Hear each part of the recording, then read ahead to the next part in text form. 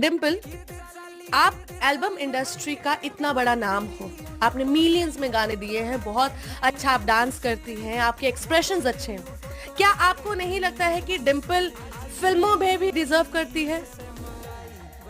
करती हूँ, और जाहिर सी बात है कि करती हूँ। बहुत ऐसे आपके ही पति जी हैं, गेस्ट जी हैं, जिन्होंने मुझे फिल्मों में काम दिया है एज ए लीड।